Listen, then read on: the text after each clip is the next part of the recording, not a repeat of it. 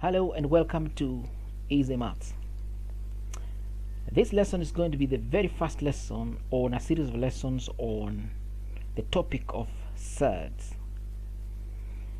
And we're going to have to look at rational and irrational numbers. And another lesson we're going to look at the definition of surds, another one simplification of surds, and some other concepts that are related with this. We're going to deal with this in a couple of lessons.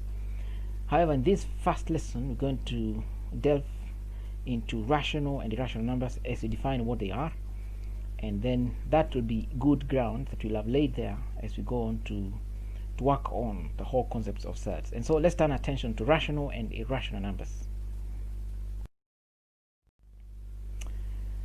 Now, as we start off this, I'm going to say that rational numbers are numbers which can be expressed as a fraction, and that means the number can be written as p over q, where p and q are numbers like numerals. Remember, q cannot be 0. If it's 0, p over q will be undefined or infinite, and therefore we cannot say it's a rational number, since it cannot be written as a fraction. Again, rational numbers include terminating or recurring decimals and also other numbers. So if a fraction is terminating, or a decimal is terminating, and or it is recurring, it is a rational number, since again it's written as it's possible to write it as a fraction. Natural numbers are also rational natural numbers are also rational numbers. Now remember, a number like 5 is rational because 5 is the same as 5 over 1. 5 is or can be written as a fraction, and therefore it qualifies to be rational. Irrational numbers cannot be written that particular way. We move on to irrational numbers, and these are numbers which cannot be expressed as fractions. Examples are roots, like root 2, the third root of 4, and therefore with this I want us to look at a list of numbers, and we should identify which ones are rational, which ones are irrational. And maybe as we go forward, I need to mention that the irrational numbers, they're the ones we're going to dwell with or to deal with a lot more as we look at the whole idea of surds. Now with these ones here, we have all of these numbers here.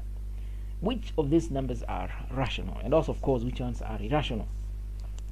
Let's begin with the first one. Root 11 is irrational. The reason is we cannot know the square root of 11, and therefore we cannot write the square root or the answer for the square root of 11 as a number, say 5, 7, whatever it is. If it was possible for us to write that way, it would be rational, because a number like this 5 here can also be written as a fraction, and therefore since we don't know the square root of 11, or rather because it has many decimals which are not even ending, it's irrational. Root 8 again is rational for the same reason. The square root of 16 is 4, and 4 is the same as 4 over 1. That means root 16 is rational. Square root of 25 again is rational for the same reason. The third root of 27 is rational, because again the third root of 27 is 3, and therefore 3 is the same as 3 over 1. Square root of 32, we don't know what it is, and therefore it's irrational. It has many decimals, and lastly it cannot be written as a fraction. The fourth root of 16 is rational. It's 2. The fourth root of 16 is 2, and therefore 2 is the same as 2 over 1, which is a rational number. And again, square root of 21 is irrational for the same reason I've said for root 11, root 8, root 32. Now please always like, share and subscribe. I'll appreciate. Coming up will be more concepts on the whole idea of surds. This time round we'll be going to define what surds are all about, and of course use those ones to build the concept all the more. Please check out for that and for many other videos coming up. Thank you.